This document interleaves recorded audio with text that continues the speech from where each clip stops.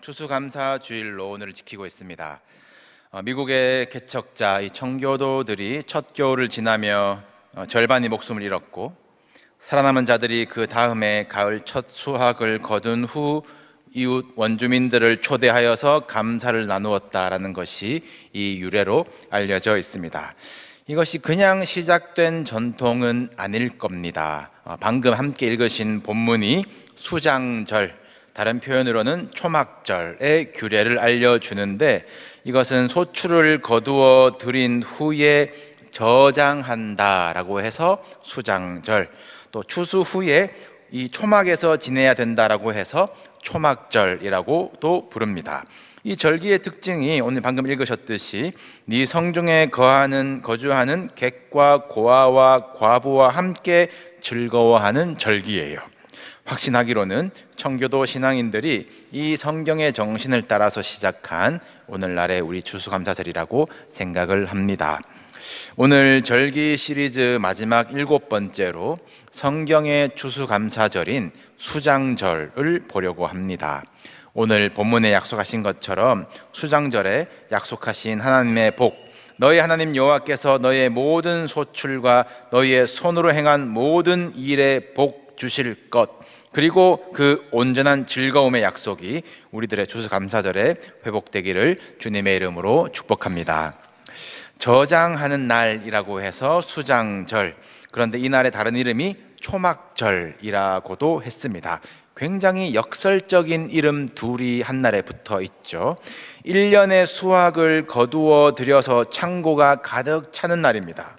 문을 잠그고 담을 높이고 지키고 유지하는 것이 가장 중요할 것처럼 보입니다. 그런데 하나님은 이날 이상한 명령을 내리시죠. 가득한 창고 거기서 나와라, 광야에서 텐트를 치고 일주일간 거기서 지내라 명령하십니다. 이것은 너희를 살게 하는 것은 저 창고에 쌓인 곡식이 아니다라는 말씀이시죠. 또한 너희가 힘써야 할 것은 그 창고를 지키는 일이 아니다라는 말씀 아니겠습니까? 광야로 나가서 배울 것이 무엇이었겠습니까? 광야에서는 저장하는 것이 금지되어 있었거든요.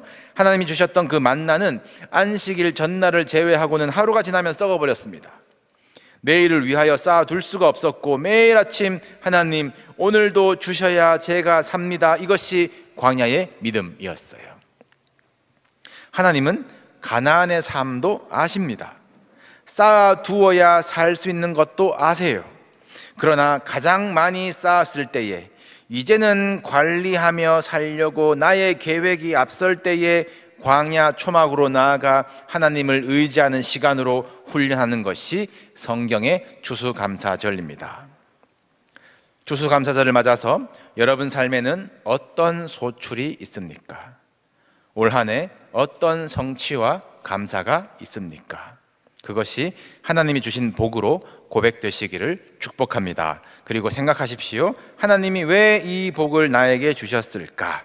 나의 창고를 크게 세우는 일보다 초막에서 하나님의 뜻과 우리의 사명을 생각해 보시는 은혜가 이 계절에 있으시기를 바랍니다. 목회학에서 쓰는 개념이고, 또 많은 설교에서도 인용되어 왔던 것으로 이제 교회의 생명력을 이제 3M이라는 것으로 진단하는 그 개념이 있습니다. 화면 띄워주시죠. 첫 번째 M은 이제 뮤지엄입니다. 뮤지엄, 교회의 생명력, 교회의 어떤 스테이지들을 얘기할 때 첫 번째 M은 뮤지엄, 박물관 교회예요. 과거의 영광만 전시해 놓은 교회입니다. 옛날에 우리가 어떤 시절이 있었는지 추억만 파먹고 사는 상태입니다. 생명은 빠져나가고 화석처럼 말라가는 교회겠죠. 두 번째 M은 메인테넌스입니다. 유지하는 교회입니다. 또 한 해 버틸 수확을 창고에 쌓아두고, 두 번째 슬라이드예요. 수확을 창고에 쌓아두고 문 잠그고 이 현상 유지에만 힘쓰는 교회입니다. 이렇게 해야 안전하다, 이렇게 있었으면 지켜졌으면 좋겠다, 안정감을 바라는 인간의 본성일 것입니다. 그러나 하나님은 교회를 세 번째 M, 미셔널 철치로 부르셨어요. 사명이 이끄는 교회입니다. 우리의 형편과 상황을 뛰어넘어서 우리를 사용하시고 공급하시고 지키실 그 하나님의 손길을 기대하면서 하나님이 주신 사명에 충성하는 것이 생명력 있는 교회가 아니겠습니까? 예수님이 이 땅에 오셨을 때에도 이 3M이 나눠졌어요. 뮤지엄을 지킨 자들이 있었습니다. 바리새인과 서기관들이었어요. 예수님이 헐어버리라 했던 그 성전과 그 율법의 껍데기를 자랑하는 자들이었습니다.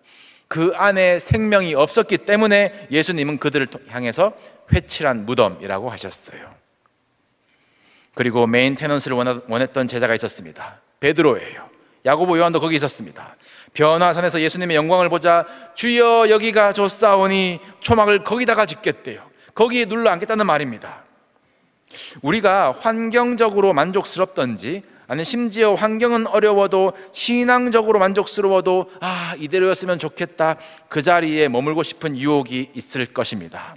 그런데 예수님은 어떻게 하셨습니까? 산 아래의 사명을 선택하세요.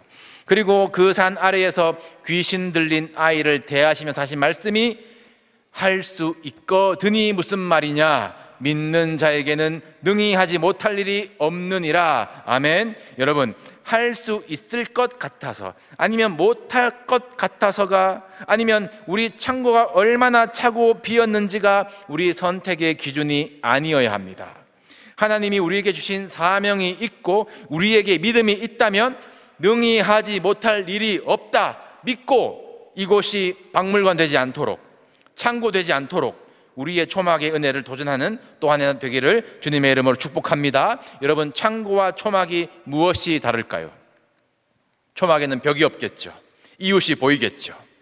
너와 내 자녀와 노비와 네 성중에 거하는 레위인과 객과 고아와 과부와 함께 즐거워하는 것이 이 절기의 정신이라고 했습니다. 그리고 초막은 지킬 것이 물질에 있지 않죠. 지킬 것이 무엇이 있겠습니까? 마음을 지키는 것이 초막의 자리입니다. 그곳에 온전한 즐거움이 있다라고 하셨어요. 사랑하는 성도 여러분, 우리 교회는 뮤지엄이 되어가는 중입니까? 메인테넌스에 매여 있습니까? 아니면 미션이 우리를 이끌고 있습니까? 여러분의 인생도 마찬가지입니다. 내가 왕년에 어땠는데 전시 안 하셔도 됩니다. 유지하고 관리하려고 손에 들어온 거 지키려고 발버둥 치다 끝나는 인생 허무하지 않으십니까? 목적과 사명이 무엇인지 그것이 여러분들을 이끈다면 우리는 언제나 새벽 이슬과 같은 청년처럼 주님께 귀하게 쓰임받는 복된 인생, 우리 손으로 행한 모든 일에 복받는 인생이 될 줄로 믿습니다. 이 수장절 초막절에 네 하나님 여호와께서 택하신 곳에서 여호와를 뵙는다라고 했어요. 하나님의 미션이 어디 계신지, 하나님이 어떻게 일하고 계신지 생각하는 날입니다. 그리고 하나님은 빈손으로 오지 마라 라고 하셨습니다. 이것이 하나님이 뭐 가지고 와라, 뭐 달라라고 하는 말이실까요? 아니죠. 결국은 이 말이 어떻게 끝납니까? 빈손으로 오지 마라, 주님 앞에, 하나님 앞에 드릴지니라. 하나님 앞에서 너는 빈손이 되어라 라는 말씀 아닐까요? 여러분, 박물관처럼 기름 없는 등불 들고 주님 앞에 설 수 없습니다. 우리가 쌓고 누리고 지키고 유지하던 것 들고 천국까지 못합니다. 결국 빈손으로 주님 앞에 서서 우리가 어떤 길을 걸어 주님 앞에 왔는지 그 걸음들을, 과정들을 하나님이 보시겠죠. 우리의 모든 소출들이, 우리 손으로 행한 모든 일이, 나에게 맡기신 이 땅의 사명, 우리 교회에 맡기신 사명들의 아름답게 쓰임받고 그렇게 불러주심에 감사함이 넘치는 우리들의 추수감사절이 되기를 주님의 이름으로 축복합니다. 우리 이 시간 우리 아이들 봉헌 입장 준비해 주시고요. 네, 일어서서 봉헌 입장 준비해 주시고 이제 우리 다 일어서셔서 찬송가 71장 1절을 영어로 한번 그리고 한국어로 한번 부르시면서 추수감사 예물 봉헌하시겠습니다.